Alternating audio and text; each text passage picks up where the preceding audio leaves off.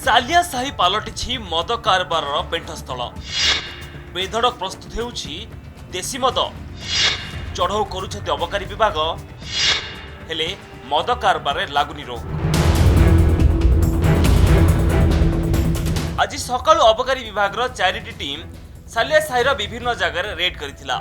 Red बेले मद प्रस्तुत पई रखा जायथिबा पाखापाखि 6000 लिटर चाउल और फलपच जबत करिछि अबकारी विभाग। बड़ कथा है क्या अटक किंबा गिरफ करा जाए नहीं। जबत पोचक ढाली निज काम सारी देइछि अबकारी विभाग।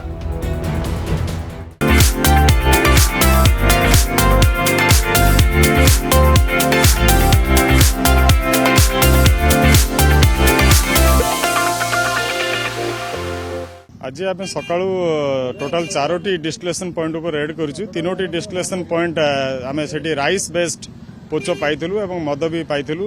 4 जन से संक्रांत में अटक रखीचु। शेष डिस्टिलेशन पॉइंट आम देखिलु एटा सुगार बेस्ड थिला। चीनी रु एवं विभिन्न पचा फल से मद प्रस्तुत करते। पोचटी विशेष करके चीनी और पचा फल व्यवहार करा नजर पकांतु एही दृश्य उपरे। बिना भयरे केमिति घर भितरे मद प्रस्तुत हेउछि। मद प्रस्तुत पई समस्त सामग्री मध्य रहिछि। ए केवल गोटिए स्थान नुहे, सालिया साहिर अधिकांश घरे मद तैयारी होउछि। हेले अबकारी विभाग हाथ गणति स्थान में चढ़ाऊ नहीं प्रश्न उठी। कहीं मद प्रस्तुत करुवा व्यक्ति दृढ़ कार्यानुष्ठान हेउनी। चढ़ाऊ स्थान में पुनर्बार केमिति मद प्रस्तुत होउछि ताहाकु नहीं स्थानीय लोके प्रश्न करिसेंती।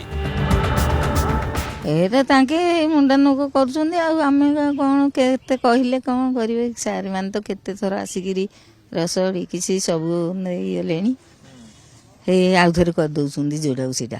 हां भय तांकर न आज नै गले ना काली आउ थरे जोडाउ सेटा तांकर सबला सूत्र रही एतवाड़ जाऊँ ना खालटा जाऊँ मत को आपड़ देख आसवे रेड करें ना किसी लोक घर जिन पाई थे किसी लोक घर जिन पाई थे कहीं पाइले तमाने से खबर पाई सब समत तो सब आड़ कौटार न रोच खालटार एत दिन है कि चलुच। केबे भुवनेश्वर बेआईन भावे बिक्री होतिबा मद बंद हब एवं केबे गोटे सुस्थ समाज गठन हब ताकू नेकी वर्तमान बड़ प्रश्न छिड़ा होती। भुवनेश्वर सालिया साहिरू कैमरा पर्सन पदोस सोमनाथ परिडा, कनक न्यूज।